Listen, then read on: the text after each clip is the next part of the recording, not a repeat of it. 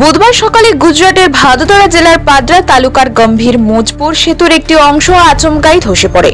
সকাল ব্যস্ততার সময় এই মর্মান্তিক দুর্ঘটনায় এখনো পর্যন্ত প্রাণহানি ও আহতের খবর মিলেছে।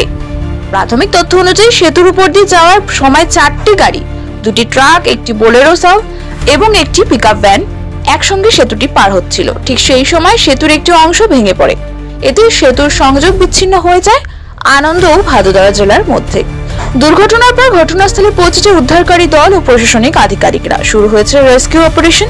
আহতদের দ্রুত হাসপাতালে পাঠানো হয়েছে। সেতুর নির্মাণ মান ও রক্ষণাবেক্ষণ নিয়ে উঠছে বড় প্রশ্ন। এই সেতু কি আগেই ছিল ঝুঁকিপূর্ণ? তদন্ত শুরু করেছে জেলা প্রশাসন।